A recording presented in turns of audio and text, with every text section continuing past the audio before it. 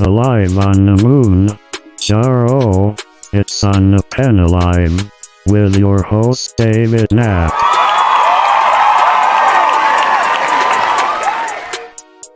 Thank you, Clap Track, and happy Thursday night. Welcome to On the Pen Live. I'm Dave Knapp, man on the Mounjaro. That's why I'm here. You are on the pen. That's why you're here, and we're all here to learn a little bit more about GLP-1 medications, incretin medications, Mounjaro, Ozempic, Wegovy, Saxenda, Victoza, Trulicity, liraglutide, semaglutide, dulaglutide, Tirzepatide, all the utides. We're here to share about our journeys with obesity, with type 2 diabetes, and more than anything, we're here for the community. So thank you for being here. Thank you for being the best part of what I do at Man on the Mounjaro. Welcome to especially those who are members of the channel who make this thing happen. Sue the Dude, Miss Tatman, Anna, thank you for joining. BJ, thank you for being here. And helping me, Mod Tonight, Carla, Terrence, Cheryl, Julie, Creamy in the house, Tammy, Stephanie, Vanessa, thank you for being here. You're the best part of what I do. Mimi, hey, welcome to the stream. It's so good to have you here tonight. Like I said, I'm Dave Knapp, man on the Mounjaro. If this is your first time here, this is On the Pen Live, a weekly live stream that we do every week here on Thursday nights at 9 p.m. Central Daylight Time. So thank you for being here. Hey, if you are here, Dink is here. Welcome. Terry's here. All up in the comments is here. Welcome. Raven is here. If you are new to the stream and you came over here from TikTok, put it in the chat and let me know, because we've been working really hard to grow this thing with our friends from over at TikTok. So much so that we've had some TikTokians over here on the last few days, right? Or the last few streams. We had Bourbon RX. We had the Janine. But Janine's been on a couple times, right? Janine is an OG Mounjarian. But we've had Bourbon tonight. I'm very excited to welcome to the show a little bit later on. We've got Jamie, triplet dad of TikTok, who is an awesome dude with an awesome story. And I'm so excited to share some conversation with him tonight. He was so kind to give some time to the stream tonight, and I'm so excited to have him here. Hey, if you're interested in becoming a member of this channel, that's what keeps this thing going, right? The memberships keep this thing going. Pays for the StreamYard, the Grasshopper thing that I use to run the phones, the program that I use to make the thumbnails, all the things cost money, and you help keep this alive. So if you're interested in supporting the stream, right, and just giving back a little bit, I would just encourage you to look at becoming a member. It's only $2.99 a month. The link is in the description of this video. Just click the link. If you're on an Android phone, there should just be a button that says join right below this, $2.99 a month. We would love to have you here as a member. As a matter of fact, for about 25 minutes before we went live over here on the Pen Live, we were live with the members. So they get exclusive content, but you also get access to custom emojis. And if you haven't found them yet, there are some new emojis. Check them out. So thank you for being here. I can't tell you enough how appreciative I am of each and every one of you who join each week. So thank you. We've got segments. So this show is broken up into segments. Let me know if you know what the first segment is. If you've been here long enough and you know what the first segment is, let me see it in the chat. We're going to get right going with some housekeeping. You want mint for pillow?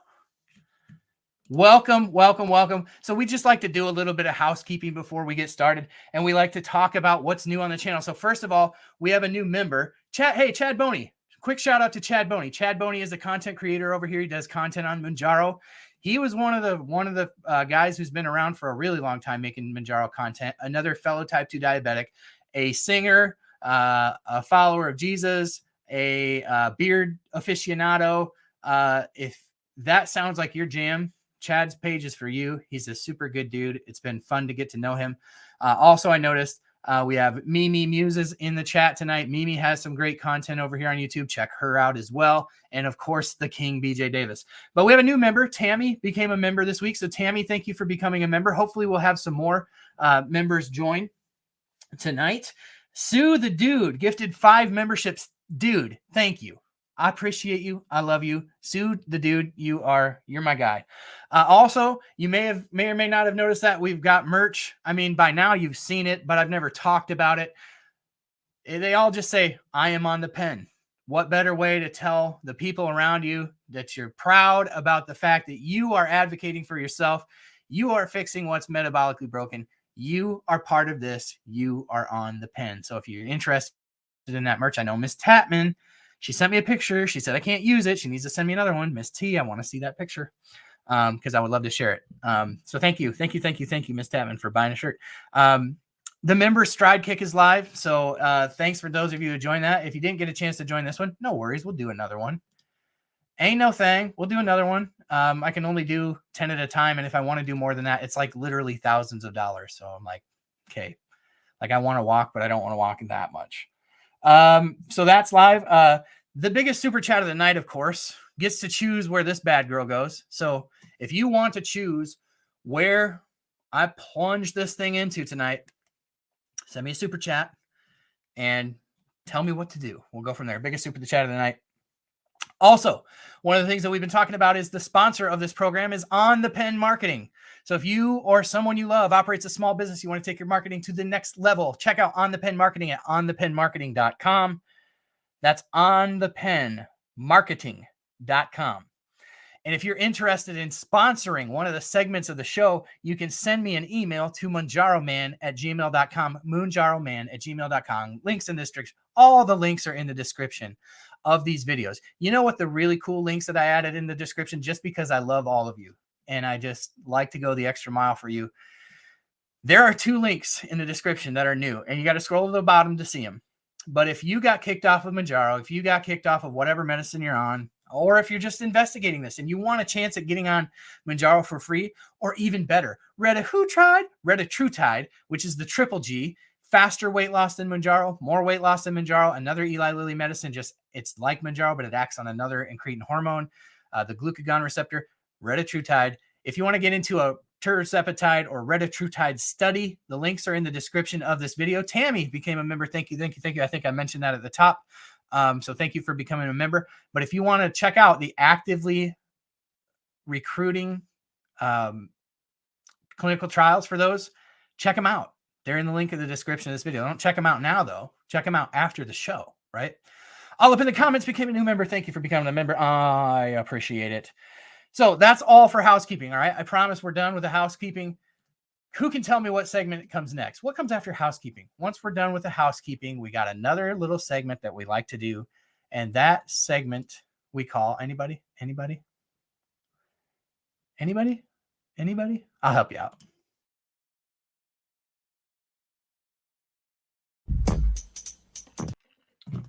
What is fresh?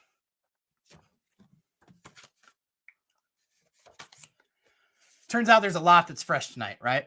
A lot. And there's a ton to get into.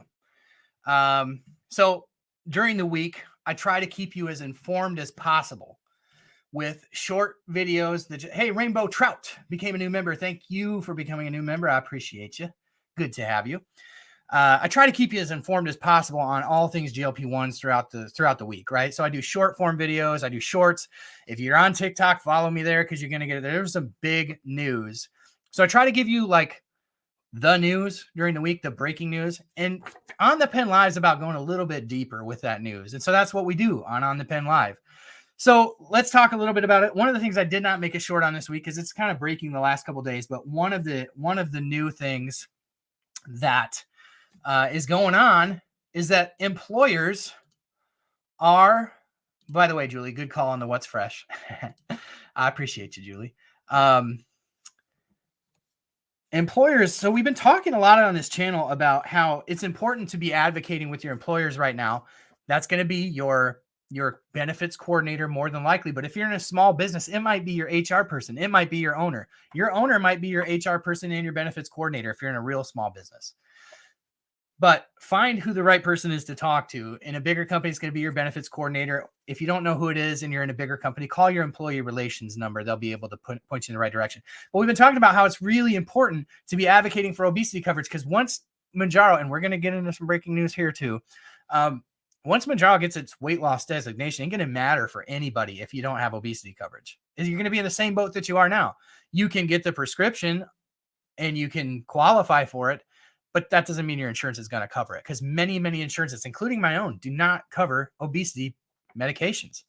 So we need to be advocating for that, right? By talking to our employees. One thing I didn't think to tell you, and this is on me, I didn't think to tell you to be talking to your employers about not taking it away if you currently had it. And that's what's happening, is a lot of these employers are seeing, hey, we're facing rising insurance premiums because people are taking these GLP-1s. So not only do you need to be on the offense if you don't have obesity coverage, but you need to be on the defense too, folks, because some people are actually facing taking this away. And there was a really great article in the Wall Street Journal. This actually came from a member over in my Facebook group. So if you want to become a part of my Facebook group, it's On the Pen with Man on the Mounjaro over on Facebook, if you're a Facebooker. But yeah, if you want to join, this came from a member over there the other day who sent this over. And I just thought, man, I did not think to tell people to be on the defense about this stuff. And I should have. So hopefully you're smarter than me, and hopefully you've had these conversations. But if not, just know that that's happening. And so it's another thing to be advocating with your employer for. So let's talk about some updates in the shortages this week. So per the FDA, on the 2nd, they updated their website there. And as they predicted, the 12.5 and the 15 milligram are showing available again. The 10.5, we already knew from the last update that they were going to be on intermittent back order until the end of September. But they snuck in the 7.5 on the last update and said it would be in short supply until the end of July. Well, they extended that.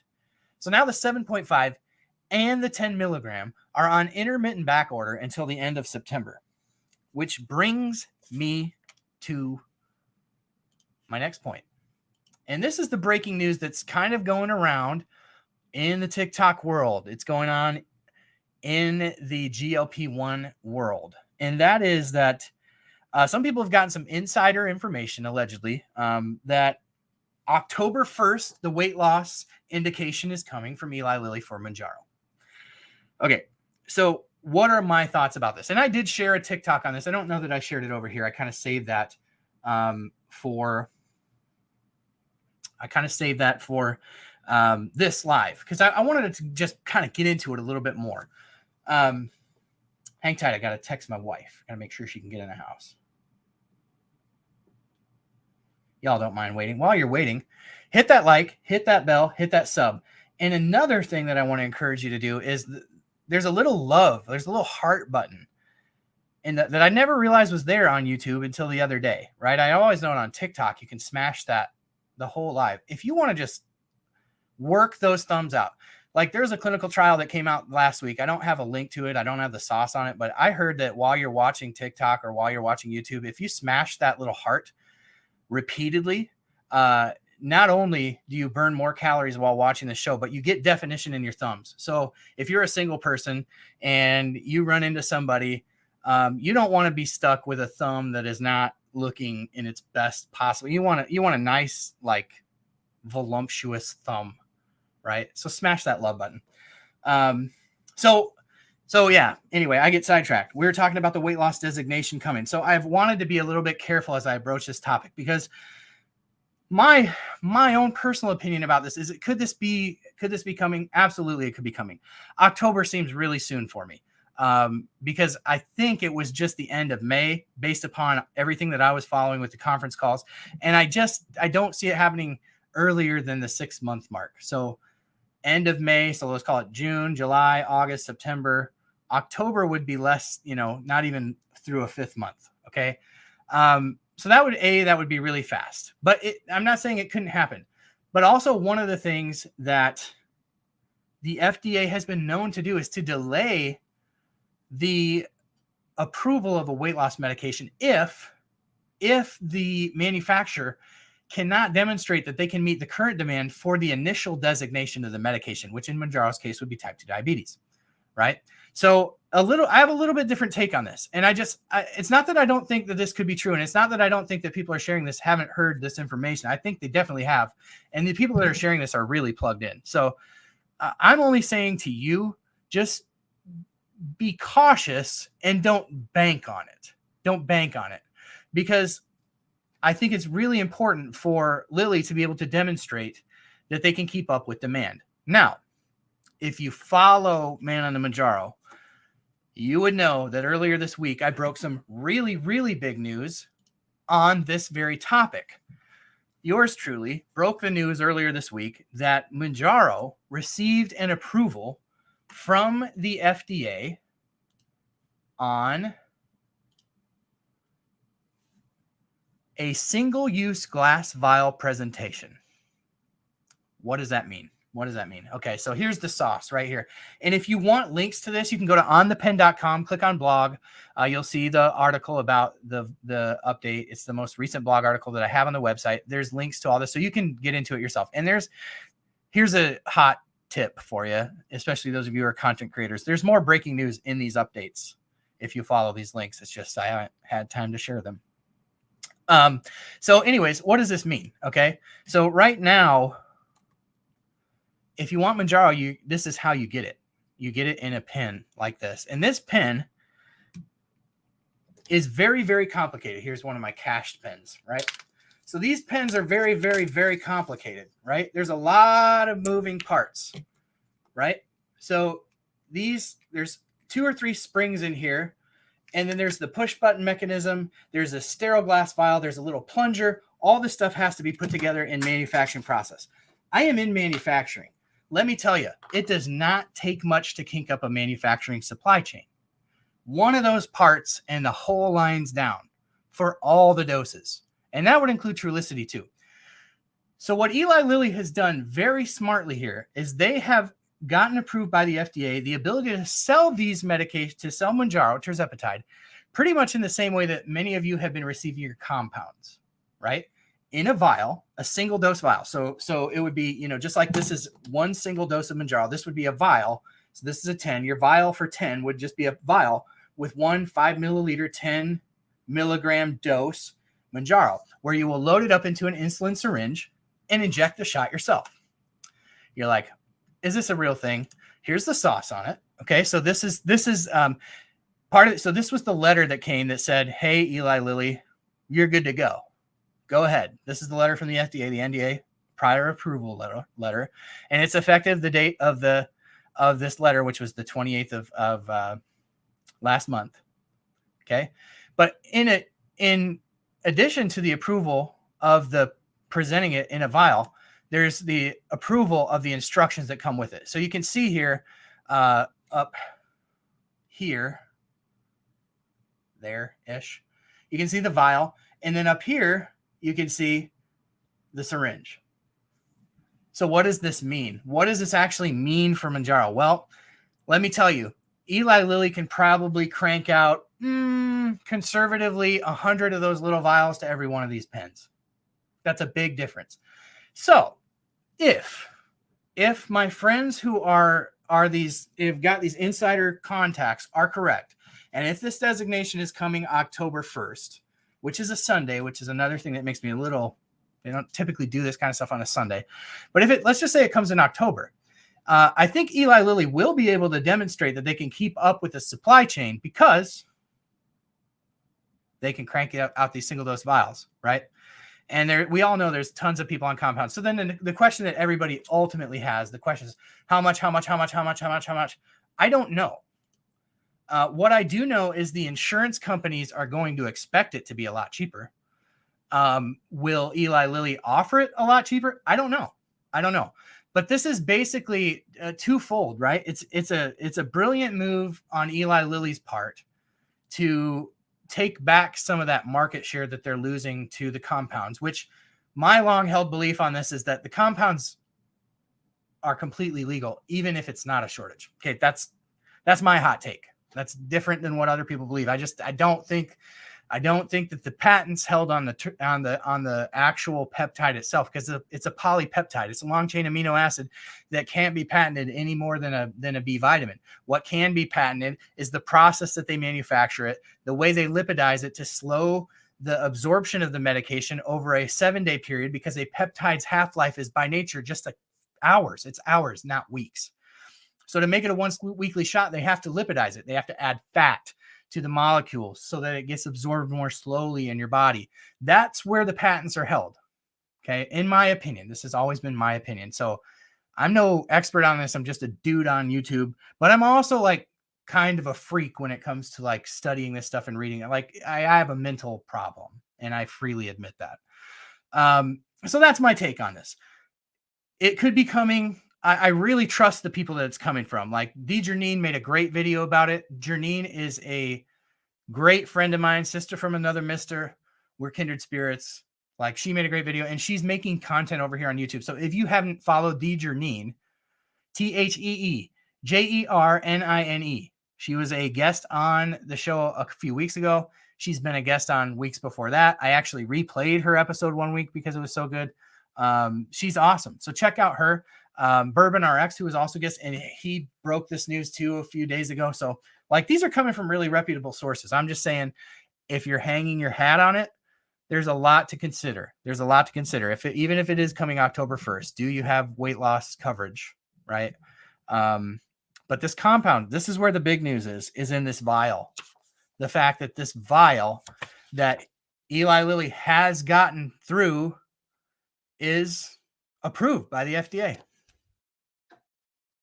And that's all I got to say about the matter. How we doing in chat? How we doing in the chat? Oh, Janine's here. Welcome, Janine. Good to have you.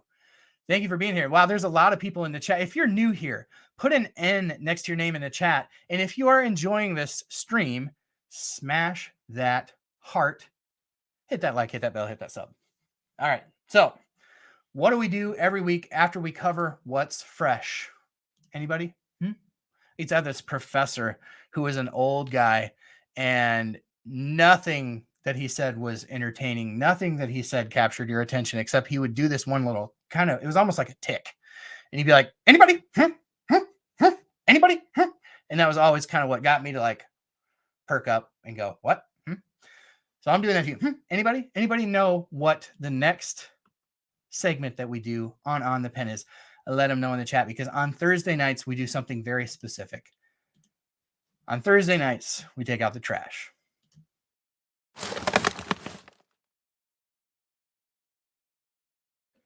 So this week's Take Out the Trash, very similar to last week's Take Out the Trash. So last week we talked about how CNN, MSNBC, NBC, CBS, they were all running stories on two people who had developed gastroparalysis and claimed that it was because of their use of Ozempic and Mounjaro. So, you know, like the Troy McClure, no, not Troy McClure. Who's the Simpsons lawyer that was always suing everybody? What was his name? Somebody in the chat likes The Simpsons. It's been so long since I watched it. But, you know, like all of a sudden the ambulance chasers heard these people's story and they're like, hey, we could go after these medicines. So they are.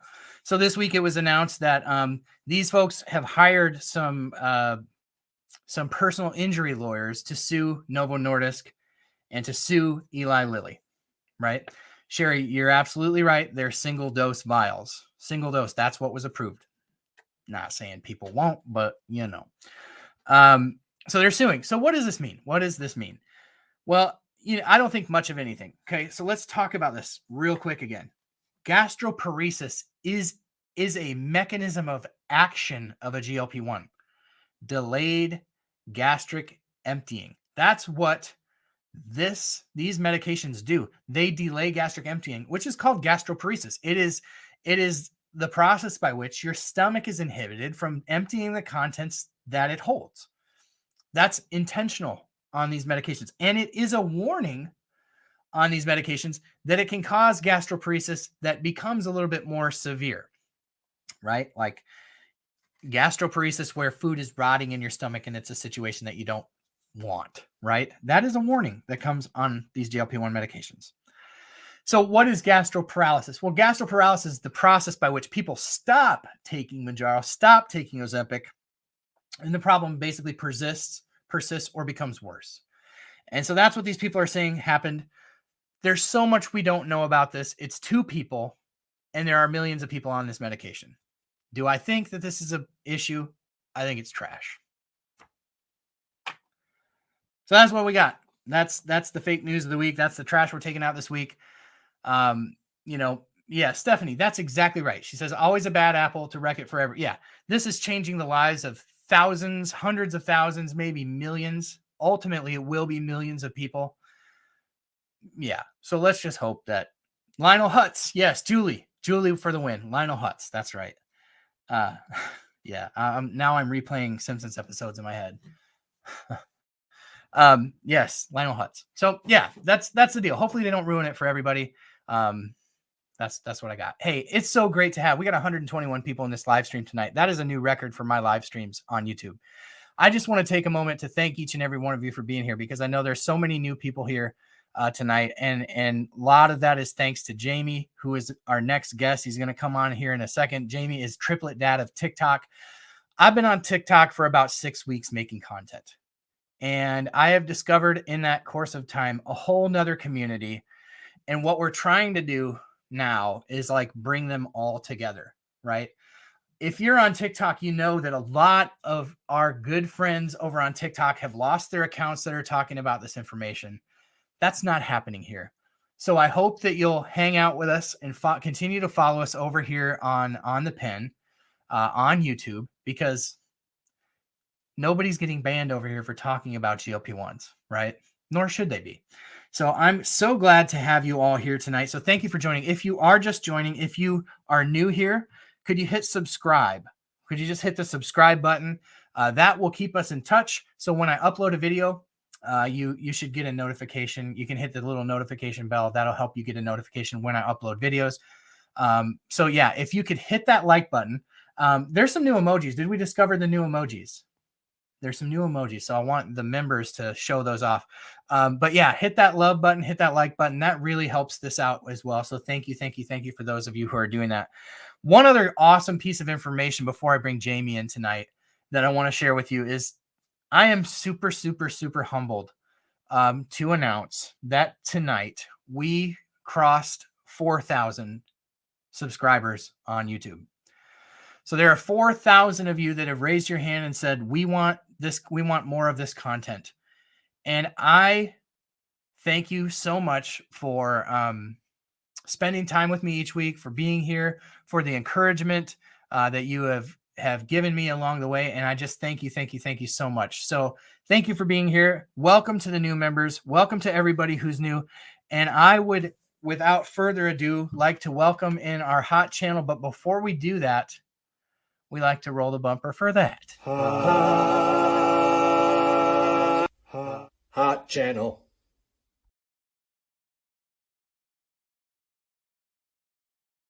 This hot channel is brought to you by BJ Davis's Discord. BJ Davis's Discord, where the best conversations about GLP-1 medications happen on the entire internet. You can find it by visiting davisdiscord.com if you want to join and be part of the conversation. That's davisdiscord.com, where the best conversations about GLP-1 medications happen on the internet. Thank you, Davis Discord, for sponsoring this segment. I am so excited to welcome into the stream somebody who I have really been amused by over the last 6 weeks on TikTok. Somebody who tells it like it is. Somebody who is not afraid to put himself out there, somebody who is raw, somebody who is real, and somebody who I think you're all really going to appreciate tonight. So without further ado, I'd like to welcome into the stream Jamie, triplet dad of TikTok. Jamie, welcome to the stream, buddy. Thanks, Dave. Appreciate it. It's so good to have you here, man. And it has been so cool to just discover new community over on TikTok. And I got to say, when it comes to the entertainment value of what I get out of that community, it doesn't get better than triplet data of TikTok. Thank you. So for those of you who don't know Jamie, Jamie is triplet data of TikTok. He's got a nice, solid following over on TikTok. He goes live a lot. So if you're on TikTok, or even if you're not on TikTok, now's a great time to download the app and follow triplet data of TikTok. Jamie is a father, as you can imagine, of triplets, 9-year-old triplets. He's also a father of I think your son's 17 at the time of your plus sides interview, right? It's 18 now, yeah. 18. Okay, so we had a birthday in between here and then. Jamie was also on the plus side, so a little plug for the Plus Sides podcast. Those gals have been so good to me over on TikTok. They're over here on YouTube. You may remember them from such podcasts as the Rosie O'Donnell podcast. Oh, they also had Man on the Mounjaro too. So Jamie was over there. He told his story over there, and he's going to tell a little bit more about it tonight. But Jamie, can you tell those who are joining tonight just a quick background about your struggle with your weight, how you got to let's call it your low point, and then what helped you ultimately realize that you needed help? I've been heavy pretty much my whole life, but manageably overweight. Manageably overweight when I was younger. Am I still here? Yeah, you are. Yeah. Oh, no, I just was. Sorry. You Okay. So like, are you still here? I see yeah. Myself. So when I graduated high school, I was about 300 pounds. And I'm 46 years old now. And basically, continuing over the last 18, 20, 30 years, just really, 25, 28 years, just consistently gaining, hundreds and hundreds of pounds. And it's always been a struggle. Every time that I went up, say 50, 60 pounds, 100 pounds, it just, no matter what I did to try to lose weight, I could never consistently go back down, let's say, 100 pounds and even stay at 100 pounds. So, if I was at 350, I'd get to 400, then I'd get to 450, I'd get to 500, and I'd be trying to lose weight in between all those hundreds of pounds. And it just wasn't possible to do. And if I did it, I would do it for a short term. I'd lose 50, 60, 70 pounds quickly. And then, have the struggles of just, once I hit a plateau of weight loss, I couldn't continue on. I just couldn't do anything about it. And, more recently with, having 3 young children and an adult son, I got to a point where it's like, I have to figure it out, whether it's, looking into surgery realistically, which isn't an option when you're 700 pounds. It's not. Nobody's going to, do surgery on you. Nobody who you want to do surgery on you is going to do surgery on you at that weight. So it was like, I started to eat a keto diet, which I've tried and failed multiple times before. And I really looked into what was going to make it different this time for me. And that really I owe to a fellow triplet dad friend of mine who's been keto for like 6 years now, like really hardcore keto to fight his insulin resistance. And I told him about my most recent, fasting of 17 or 24 hours. And he's like, yeah, I'm on hour 96. I was like, 96? I was like, wow. That's awesome. 96. I'm like, that's hardcore. But no, so this time when I started this journey, I gave up eating sugar substitutes in addition to my sugar that you stop eating when you're in keto. And that was the biggest game changer, besides figuring out that the GLP-1 medications I started on Mounjaro, and figuring that out was, going to be the really thing that going to ultimately change my life forever. That's awesome. I think, just to piggyback on what you're saying about insulin resistance, I think there's like so much science to be shared about insulin resistance, because what people don't understand about insulin is, insulin's sole job is to pack away energy. It's ultimately weight gain. And even though you may go to the doctor, when you go to the doctor for your checkup, what do? They run your blood sugars, and they look at your blood sugars and they go, all right, your A1C is below 5.4 or whatever it is, you're non-diabetic. And if it starts creeping up, you're pre-diabetic. Or they'll go by your fasting blood sugars, right? And they go, your fasting blood sugars are below 120 or below 100, you're not diabetic. They're below 120, you're pre-diabetic. What they don't test is how much insulin it's taking your body to accomplish those numbers. And that's an important number, and a number that they don't check people for. And here's the reality, folks, is that it may be a false sense of security to get a good A1C, because that A1C may only be good because you're cranking out gobs of insulin to do it. And if you're cranking out gobs of insulin to do it, chances are it's very hard for you to lose weight. Because again, when insulin is floating around in your bloodstream in high numbers, it's so hard for your body to lose weight, because insulin's job is to pack away energy. And what a lot of people don't know, and this isn't, I'm not meaning to get on a high horse, but I kind of am. Because it's important for people to understand, because there's many, many people who follow this channel, who follow your channel, and how many times do you hear it, Jamie? Like, I'm not losing weight as fast as these other people. What's wrong with me? Yeah, every single day. Yeah. And I think for a lot of those people, I'm not saying all of them, but for a lot of those people, I think it's insulin resistance. They don't understand that this medication needs some time to work on that insulin resistance. How do GLP-1s work on insulin resistance? Well, your liver makes sugar. So like Jamie's eating keto, but even though he's eating keto, when he first started, I could be fairly certain that his liver was dysregulated and still making sugar, right? So ultimately what these GLP-1s do is they regulate the amount of sugar that your liver produces, which creates a higher dawn or fasting blood sugar, right? So you can go all night, you can eat nothing, you can wake up and your sugar spike. Why is that? Because your liver makes sugar. And these GLP-1s help to regulate that. So if your liver's not making sugar, you need less insulin as a baseline. And that's one of the ways that these GLP-1s work on insulin resistance. And you need time for that.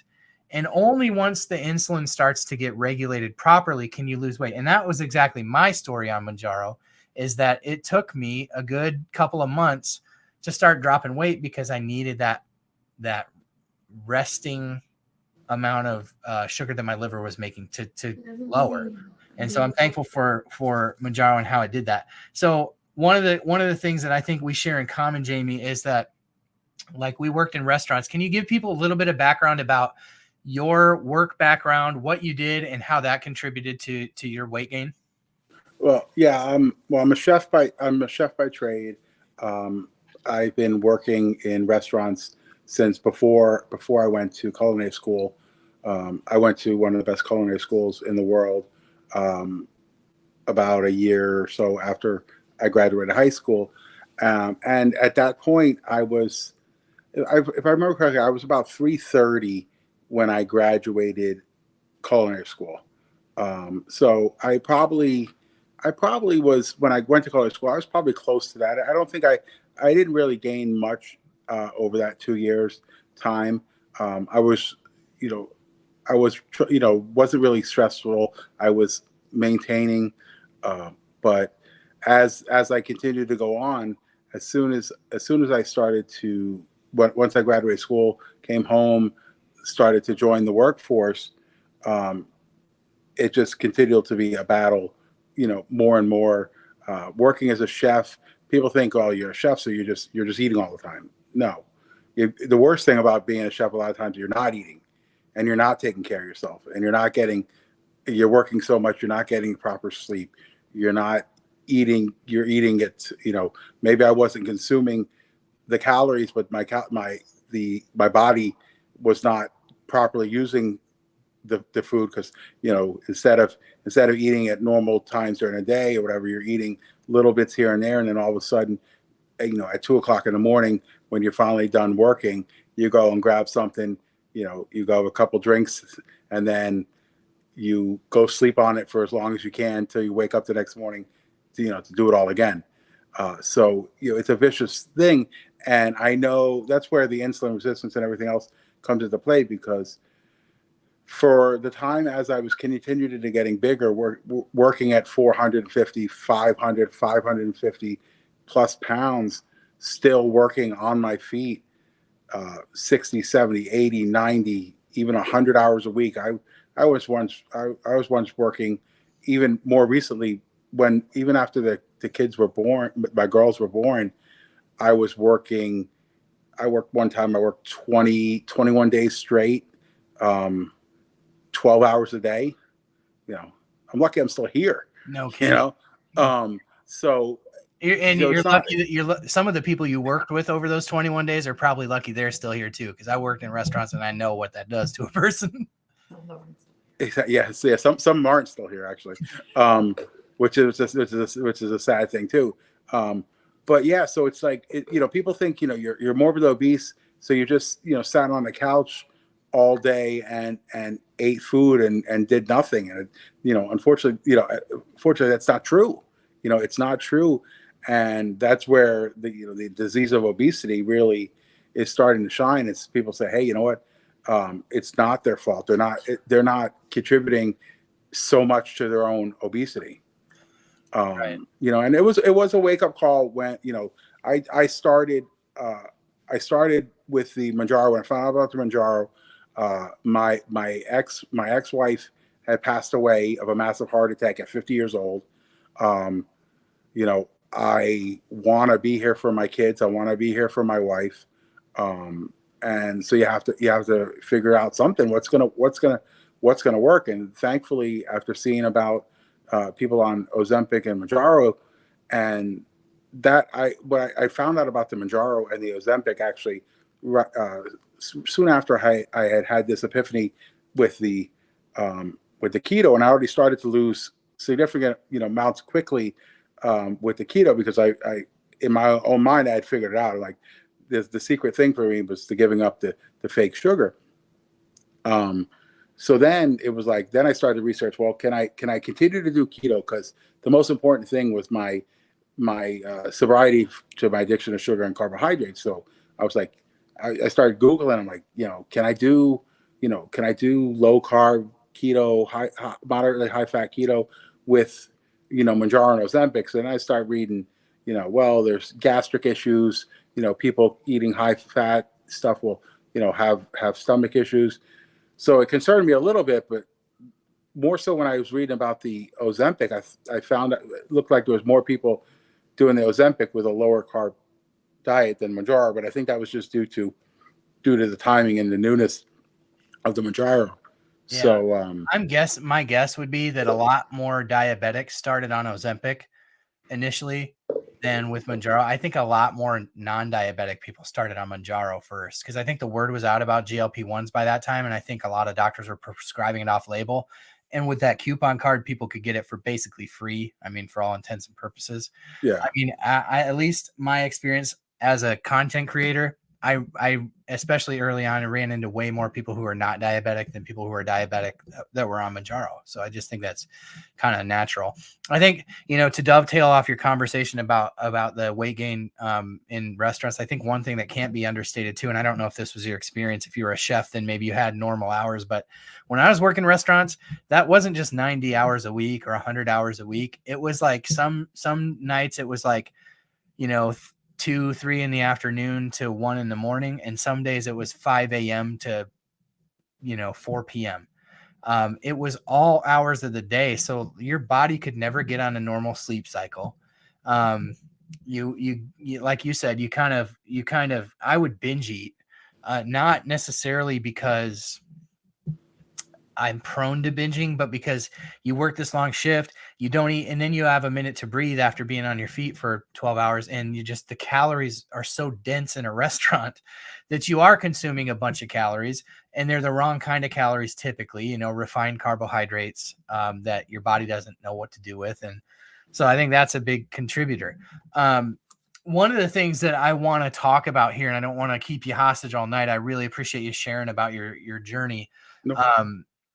Recently, you have started a regimen, and real recently, as of the last couple of days, you have started a regimen that I've talked about on this channel wanting to do for myself, but I can't quite get my doctor on board with it. Can you tell people like what the last few weeks you've experienced on Mounjaro is and what led you to what you're doing now, and then a little bit about what you're doing now with your medication? Well, most recently I had switched. I had quite a stall on Ozempic since I started on Mounjaro and I switched to Ozempic because I wasn't able to I wasn't able to get it covered with my insurance, and I wasn't able to use the coupon. So for the prior, up until about 2 months ago, I was on Ozempic, and I lost most of my most of about 170 pounds on the Ozempic. But then I started to stall a lot. I started taking testosterone replacement, which might have not helped the stall. Which, if you have low testosterone as a guy and you're not in the childbearing years, it seems to be making a difference now, especially in my energy level. But so I switched from Ozempic to Mounjaro, and I've had some success with the Mounjaro, and not the Mounjaro's fault, more of just my body is fighting every which way for me not to lose weight. I'm in a solid calorie deficit of minimally 1,000 calories a day, which for some people may say that's a big calorie deficit, but when you're still morbidly obese, it's not that big of a deal. Right. You're still eating calories. The calories you're eating are on you. Yeah. Right. So talking to my doctor, it's like, you know what, I have this long journey to go. If I had just started at the weight I am now, down 186 pounds, I would be losing weight much more rapidly. So the fact that I'm in this calorie deficit and not losing weight, it's my metabolism just slowing to a halt, trying to hold on for all it's worth. And there's lots of different theories about set points and stuff like that. So what I've decided now is, like, talking to my endocrinologist, like, how do can I affect my brain enough with these medications to break past these set points when it happens. And he told me that there's responders to these medications, there's non-responders, and then there's super responders. So the super responders are those people that have lost that had lost 150, 170 pounds, whatever it is, 120 pounds, and they never had a stall, and they got back down to their goal weight, and they're maintaining, and everything's great. And then there's somebody as me who's a responder. I've had a lot of response from my body from it, but not enough on my brain to stop it from fighting against everything that the medicine's trying to do. So because you can't really take any more Mounjaro than 15 milligrams, because it's not available to take more than that or prescribe. They're not going to approve that. So he says, well, let's try to take the Rybelsus actually on top of the Mounjaro, to take the daily, have the daily effect of the Ozempic with the weekly effect of Mounjaro, and hopefully that will continue to stimulate you to your body to work how it was working more initially when you started. Originally, I had gotten that idea from him when I had gotten to the maxed out on Ozempic. He's like, well, we can supplement with Rybelsus to get you to a little bit higher level, because Mounjaro was not covered by my insurance. No, I mean, because Wegovy wasn't covered by my insurance. So in order to get more semaglutide, it was going to be supplement that. But then I found out I was able to get the Mounjaro. So instead of just adding more semaglutide, we decided to switch up, see how I did. And I had lost some weight on the Mounjaro. And in my last visit, it was like, let's try this and see how it goes. And before he said okay to this, and everybody's always so worried, my liver numbers are great, my kidney numbers are great, my thyroid number, all my lab stuff is in line. So he's keeping good tabs on you. Yes. Yeah. I think it's so cool. I was excited to have you on, and you just started this regimen a couple of days ago. So Sue the dude, he's one of my mods and one of my main guys over here, a buddy of mine. He said he's on Rybelsus and Mounjaro. If so, that's great. So I want to say, like, maybe 2 months ago, I started positing out loud on this channel. I was like, I really think I would benefit from a daily GLP-1 and a weekly. And when I brought up my doctor, he kind of looked at me cross-eyed, and he's like, we just don't mix medicines from the same class. And I was like, but these are polypeptides with a very strong safety profile. Here's I don't know if you knew this, Jamie, but Rybelsus just finished clinical trials at 50 milligrams a day. I didn't know it was that high, but he told me that, which makes for me it makes sense. So one way or the other, if this works for me and it's going to work for me in the short term, one way or the other, I'm going to get to a point where I'm going to need more and more medication in order to get the results that I need to get to that level. I don't think down the road I'm not going to need any more to maintain, because I've proven that I can maintain on whatever I am. And it's not, people think for me, it's not about the suppression. It's about the weight loss. Between the way I eat and the medicine, I'm fine with the suppression. And I don't, even when I got up in a dose, even a 15 Mounjaro and with the belts, I don't feel overly suppressed. And I've always been the type of person, my problem, even going back to when I was not on medicine, is that I never had to be hungry to eat. And even now, like, I can eat if I'm not hungry. But the difference now on the medication is I feel full, and it says kind of tells my brain, okay, it's okay. You're full. You don't have to keep eating. And a lot of that happens really quickly. But a lot of people on these medications, they expect it to be like instant and magical, and you're going to know exactly. And I really don't feel that myself.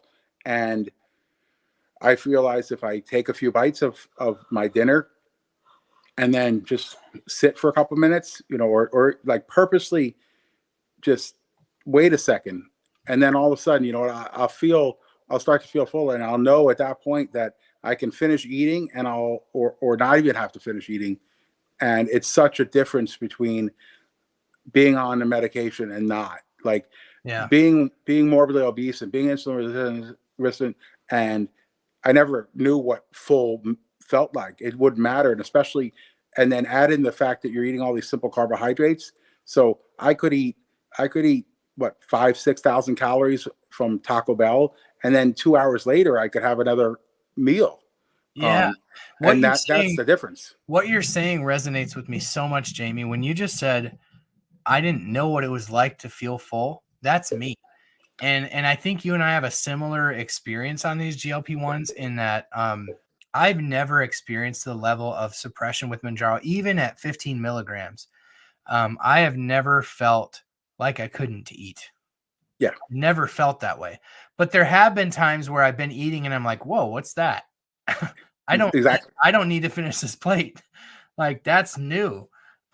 It's a feeling that I've never felt before. And I think that's where people who've never struggled with obesity, or, I think what it is ultimately is it's just a major dysregulation of your hormones.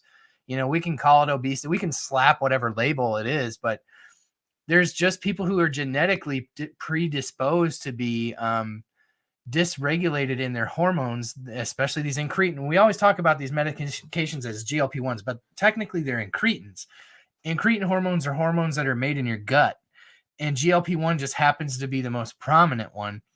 But they're the hormones that are responsible for telling your brain that you're full, but also to do some very practical things on your body, like delay the amount of time that the food stays in your stomach, so that you do get the sensation of a full stomach. Which, when you said that, I'm like, that was a new feeling for me on Mounjaro. It's not that I could never eat, but all of a sudden I felt like I could not eat the rest of the food on my plate, and I feel satiated. That was new for me. And it continues to be. It's just I don't feel like Mounjaro. When I take a Mounjaro dose, which I'm going to do tonight, this is the night I do the shot. The biggest super chat of the night gets to choose where I take my shot. Tomorrow, I'll feel some suppression. I might not eat until 2 p.m. because I just won't even think about it. But I'll eat a meal, and it'll be a normal meal. And the next day I'll feel some suppression and maybe not need to finish a whole meal. But like, that's it. After 2 days, I wouldn't even know the medication's in me. And it was the same when I was on 15. I had to move back because of migraines, and I'm moving back up. But, I think it can't be understated. Somebody earlier said, Jamie, his story is going to be incredible. Your story's already incredible. The fact that you I think that we have a similar experience on these medications and how they make us feel, in that they don't make us feel like they make everybody else feel, but they're Exactly. doing something for us. And I know that for you to lose 186 pounds, you have had to put in a tremendous amount of work. So your story is already incredible. And I love that you're taking Rybelsus and Mounjaro together, because the safety profile of these medications is well documented. They're long chain amino acids. You almost couldn't be taking a more safe pharmaceutical medication, right? In my opinion. And the fact that your doctor is like smart enough to be like, this guy's going to benefit from a daily and a weekly. I'm just excited to see where that next level of treatment takes you. One question that I do have for you, and you had mentioned that bariatric surgery was something that your doctor talked to you about. That's how I started Mounjaro, because my doctor was like, I think you're at the point where you need bariatric surgery. I did hardcore keto for a year, lost 7 pounds. I went from 319 to 312 in a year of strict keto. And I remember saying to my wife, I was like, this is not normal. It's not normal for somebody to work this hard, to not eat carbohydrates, and then to lose 7 pounds in a year. And I went to my doctor, and he's scratching his head. He's like, I honestly think you're just one of those people. You need the bariatric surgery. So we looked into it. I didn't have bariatric surgery coverage, but since I am diabetic, I did get Mounjaro. And so Mounjaro has helped me lose about 30 pounds. So I'm thankful for that, because I worked my butt off that year for that 7 pounds, and I worked way less hard at this 30 that this has helped me lose. So it's doing something for me.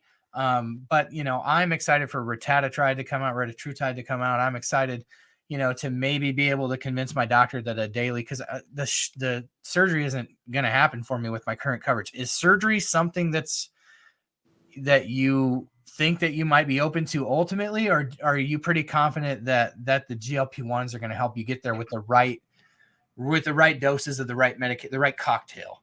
Yeah, I'm pretty confident. Like, I'm pretty confident now, because, I've lost 187 pounds, and I talk a lot about the stalls and the hiccups and stuff, but I have lost 187 pounds in a year, which is incredible. Which is more, which is more than a lot of people would lose, even with the surgery in that first year.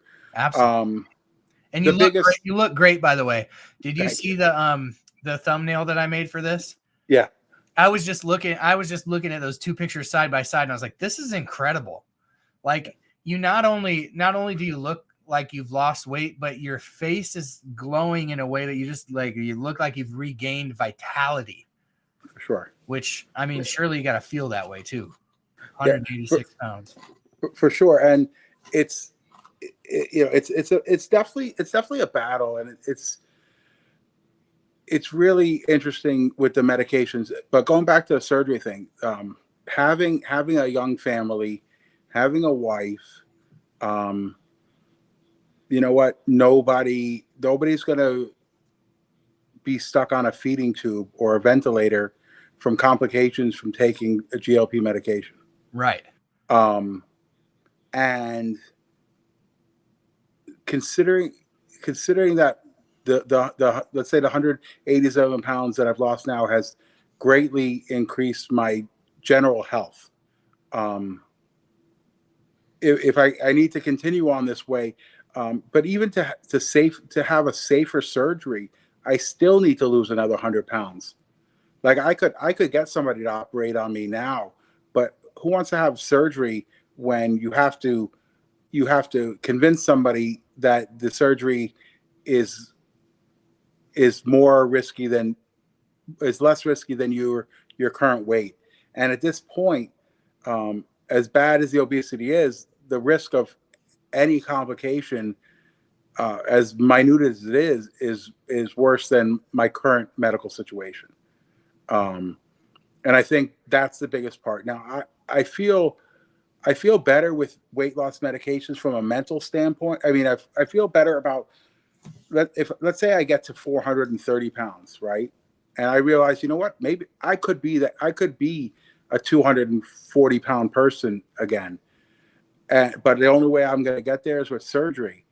There were certain things about my lifestyle, being a chef, being somebody who has worked their whole life in food and stuff, that mentally I was going to deal with when I first looked at like bypass, where your stomach is the size of this, and I was like, I don't know if I could do that.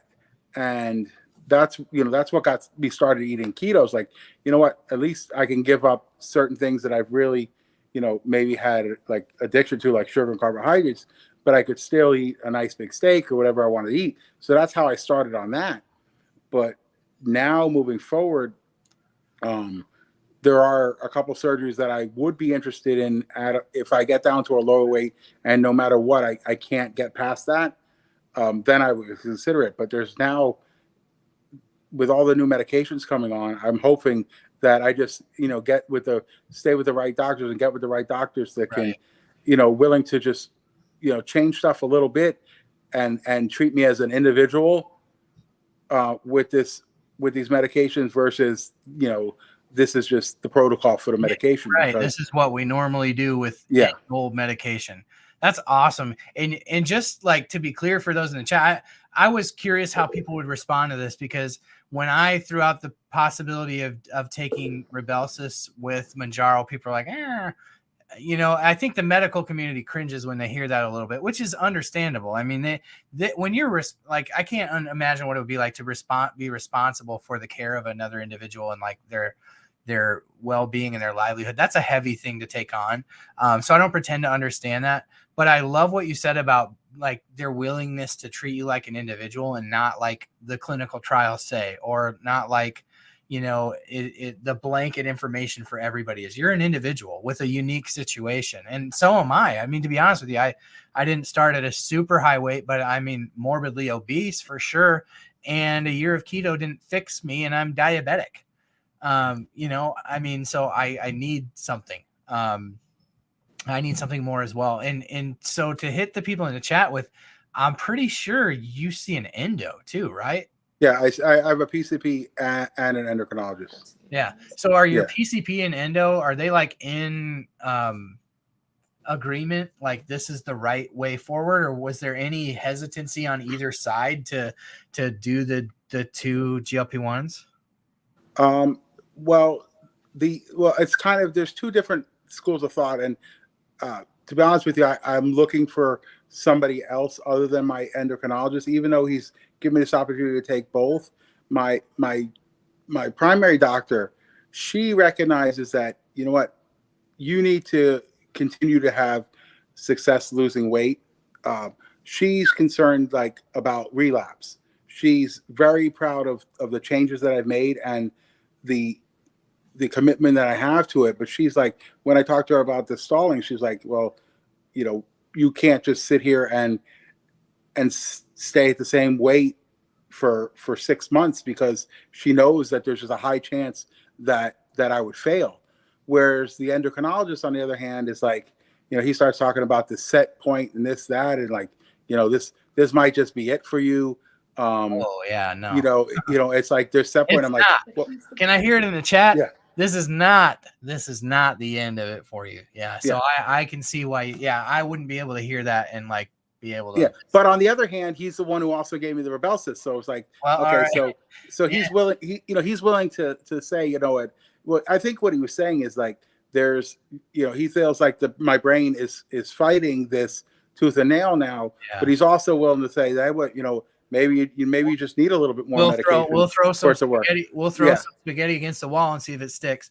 Yeah, well, it's a mixed bag. Like, so my doctor doesn't always say things that sit well with me either. But like, there's a big, to me, what keeps me going back to the current doctor I see, even though he doesn't want to do what I want to do, is I know unequivocally, A, he's smarter than me.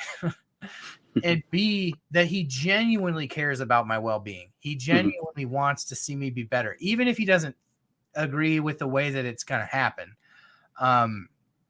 So I think there's something to be said for that. I'm just glad that they're willing to try something different with you. And I'm glad that you were willing to come on and share a little bit about that.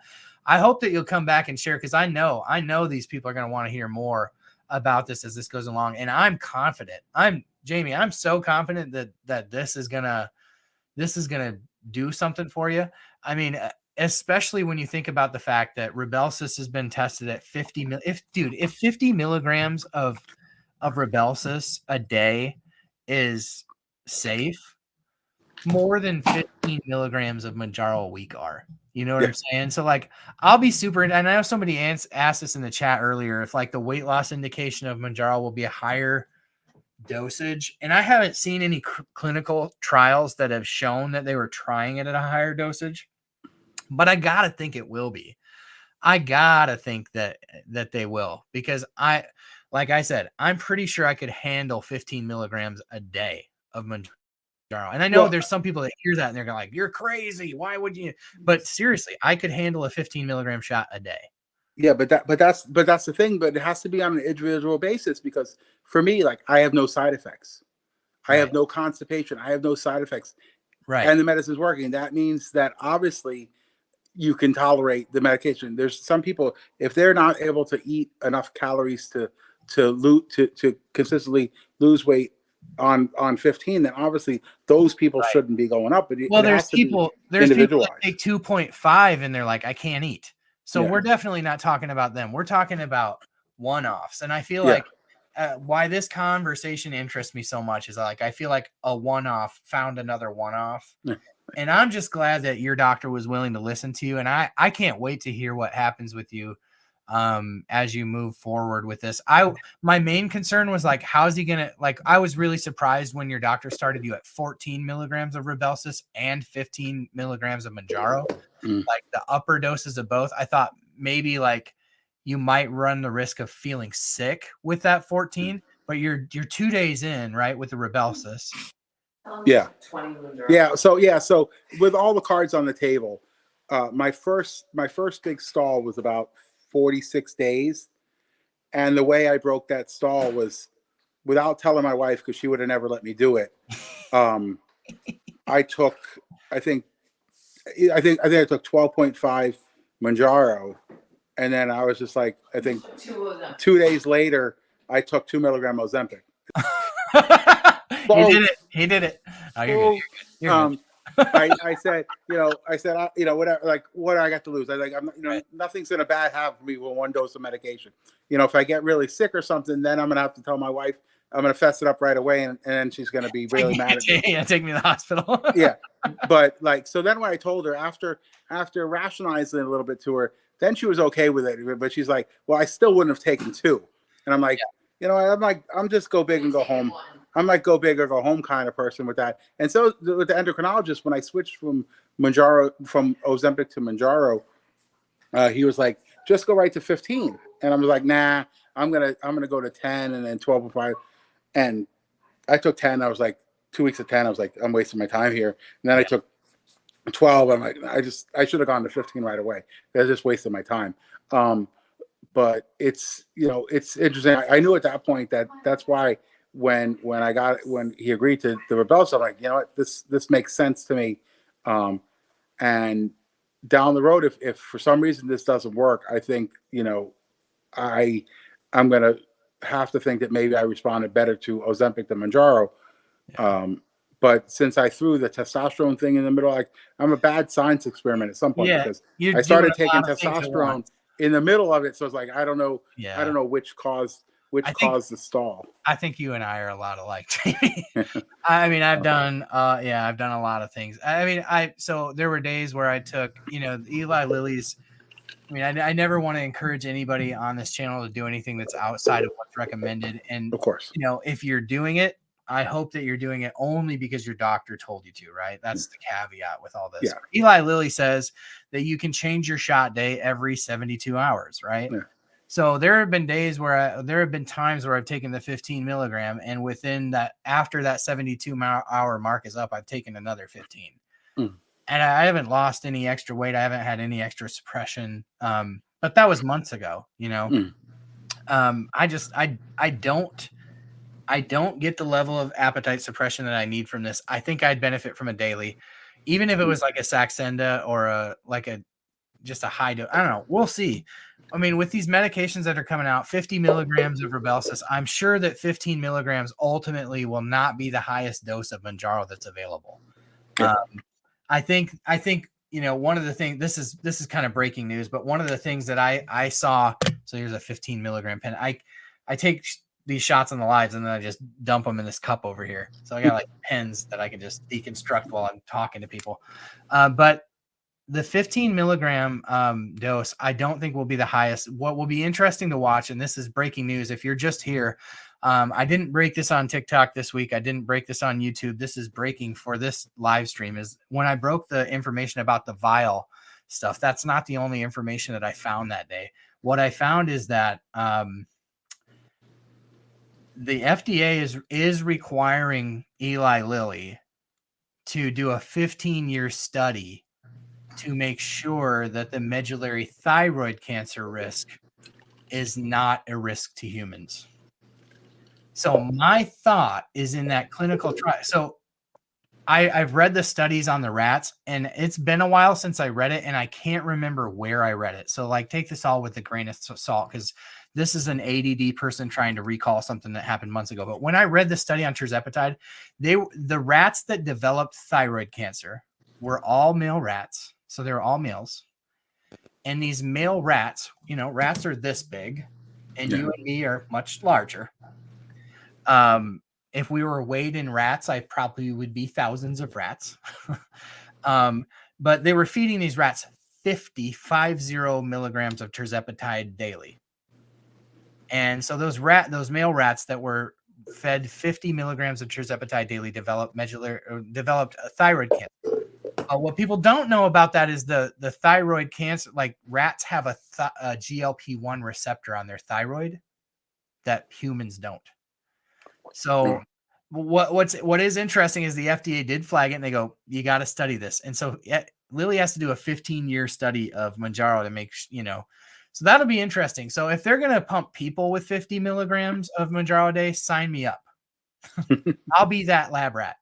I'll be the walking lab rat. And if you are watching right now and you want to be part of an Eli Lilly study, in the link of the description of this video, I've linked to the actively recruiting studies of tirzepatide and Retatrutide. So if you go into the description of this video and you want to be part of these studies, there's obviously stipulations. If you're on the medications now, you probably can't, but you can go into the description of this video and you just click the link and it'll take you right to the ones that are looking for participants now. So that's the question. That's the question I had that I don't know. I don't know if you can answer. Anybody can answer. Is where are these? How do they? Who are they testing these higher doses on? Like the trials. Like the trials, are no good for anybody who's been on the medication, because if you lost more than 20 kilos or 10 kilos or whatever it says, you don't qualify for the studies. If you want to look at get medication for free or something, how do you get somebody who's gonna up your dose, and how's that even work? I don't even know.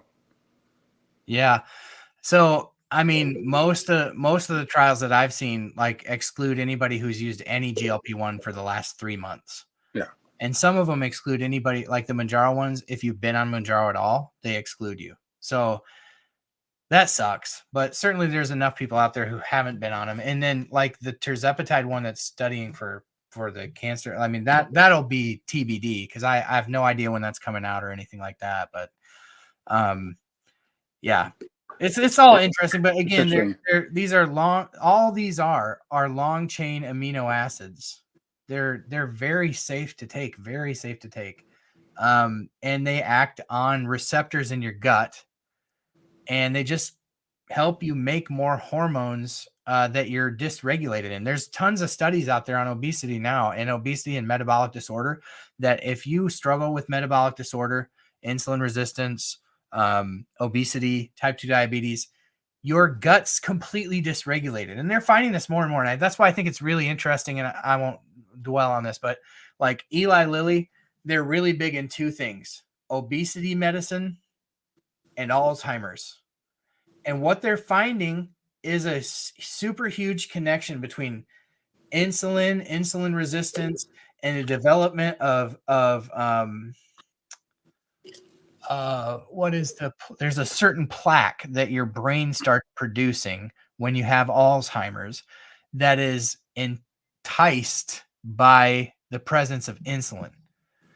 I can't remember what it's called now, of course, that we're live in front of 134 people. But the point is, I think Eli Lilly's at the forefront of this. And like, if they can get to the root of this dysregulation in the gut and fix that problem for people, I think what you're going to see is a convergence of these GLP-1s fixing the Alzheimer's issues too, because that's huge. Like who hasn't been touched by somebody who deals with Alzheimer's? I've had grandparents that were healthy as a horse until they're almost 100, but they get Alzheimer's. Yeah. So anyway, sidetrack. Jamie, thanks for coming on tonight. Thanks for sharing a bit about your story. I hope we'll do it again because I want to hear more about this. I appreciate it. And like I said, I definitely want to update you on how the progress is going. And I'm always just trying to tweak little things here and there of how I eat, when I eat, just to see if what makes a difference. Yeah, absolutely. And I know that the people who are watching tonight want to hear an update too. So we're just a couple days in, so we're excited for you. We're all rooting for you. Your story's already amazing. Can't wait to hear like how it continues to evolve, not only for you because you deserve to achieve and realize the best version of you, but your family deserves that of you too. And I know that you have an awesome family. It just you crack me up because I have four of all three of yours are 9 years old, right? My oldest is 9, but then I have 9, 8, 5, and 3. So like I get it. I get it. And so it's an equal amount of joy and chaos sometimes. Sure. But I know that just from as soon as I saw your name, I was like, triplet dad. Okay, this guy gets it. Like I know what he's trying to accomplish here. And we're all rooting for you. And thank you for coming on tonight. We appreciate having you. Hope that we'll do it again. Thank you so much for being here. Thank you to your wife, triplet mom, right? Yes. Does she have a TikTok? I've never seen. No, she does. Yeah, she doesn't post. She'll appear on my lives. And all the people, I have a solid 40 people that like are always, in my lives, and then it spikes, however it spikes. Yeah. But I have a solid support of like 40 people, and they all know my wife. And you go live multiple times a day. Yeah, sometimes more than that. It depends on what's going on. Yeah. With the summertime with the kids and stuff. Right now, it's they're home, they're busy, so I've been going on, but. I started out only going in the mornings, but I've been doing a little bit more and more. But it's great because it's like therapy. Yeah. So. That's what that's what it is for I think a lot of us who create content in this space. So, Jamie, thanks. I hope you'll become a staple on the pen because I love this. I know that everybody in the chat has loved this as well. Thank you for joining tonight. Thank you for triplet mom. Thank you to the triplets. Thank you for sharing Jamie with us tonight. Jamie, thanks for being here, and we'll catch you on the next one, buddy. All right. Thanks. Triplet dad of TikTok. That was fun. So this is one of the very few, maybe the only interview that I've done with somebody where we didn't like talk to each other for 20 minutes before we started. And I think that was good because I have been so excited to meet Jamie, and especially, this guy, like I told him, like, this is YouTube, like, so we got to kind of be a little bit more reserved, but you're not going to come across somebody who's more real, more honest, more straightforward about their journey than Jamie. He's raw, he's real, he's unfiltered. And I just appreciate him for it. I know that did come across, even though we might've got the modified version. Please go over and check out Triplet Dad of TikTok tonight, especially if you're on TikTok. If you're not, now's the time to be. Honestly, he's so great.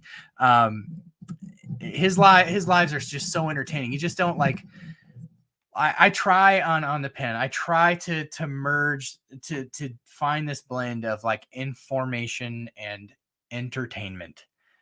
And if you're just looking for entertainment from somebody he's just way entertaining. And so he's awesome. I appreciate you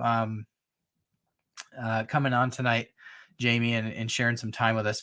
If you're here for the first time, if this is your first time here, would you make sure that you hit that like and hit the bell to make sure you get notifications for this and subscribe to the channel. If you're interested and you're here and this isn't your first time and you want to contribute to the channel, you can become a member by clicking the link in the description below. I appreciate each and every one of you for joining tonight. Sherry said there's a GLP-1 Grow live tomorrow from 11 to 3. No Mojo too fit. All right. That sounds like a TikTok thing for sure. But thank you for all of you who have joined tonight. Thank you for those of you who have followed. We've had a lot of subscribers tonight. So thank you for those of you who have come over from TikTok, subscribed here. We do this every week. Every week, this is a thing. It's a little bit different every week, but the segments are the same. Sometimes there's more news. Sometimes there's less news. We have my cousin Chrissy's on Wegovy. She comes in, shares about her journey. That's always fun. Other members of the community come on, and we cover the news. So like if you want to just get your news in one fell swoop on a Thursday night, that's what we do here at On the Pen. I appreciate each and every one of you. Hit that like button before we go tonight. I'm going to bid you adieu tonight. I thank you so much for joining. You're the best part of this channel. I appreciate each and every one of you. Thank you, especially for those of you who are new that joined tonight. It was so fun to have new folks join in the live tonight. It's just fun to watch this thing grow. And you are literally, you're the best part of what I do. You're why I do this and why I will continue to do this. And I hope that next week you'll come back and spend your Thursday night with us. And until then, we'll catch you on the flip.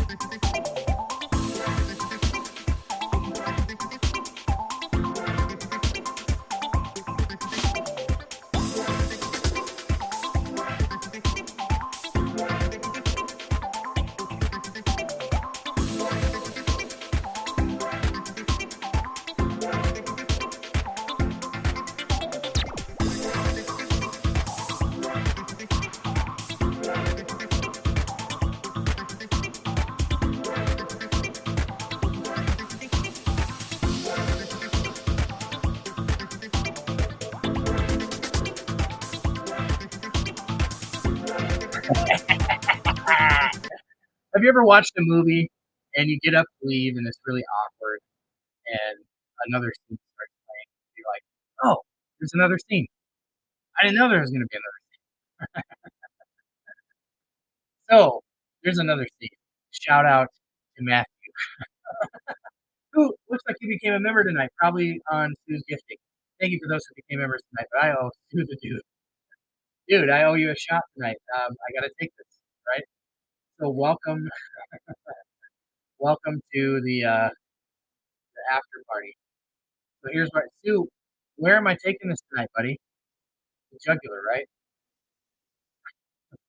Where am I taking this, dude? Thigh, arm, stomach, dealer's choice. It's your call tonight, buddy. You had the lone super chat of the night. You gave the members. So good to have more members here. But it's your call, buddy. I hope Stu's still here. Because if he's not, I'm going to have to call this for myself.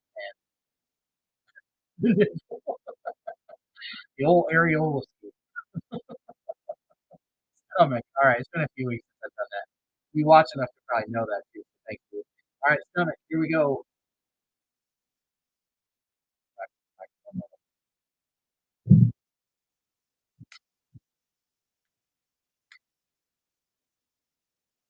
That one like creaked a little bit. Did you hear that? Like, it's a little off-putting. Hopefully all is well. Thanks to the dude. Thank you for the super chat tonight.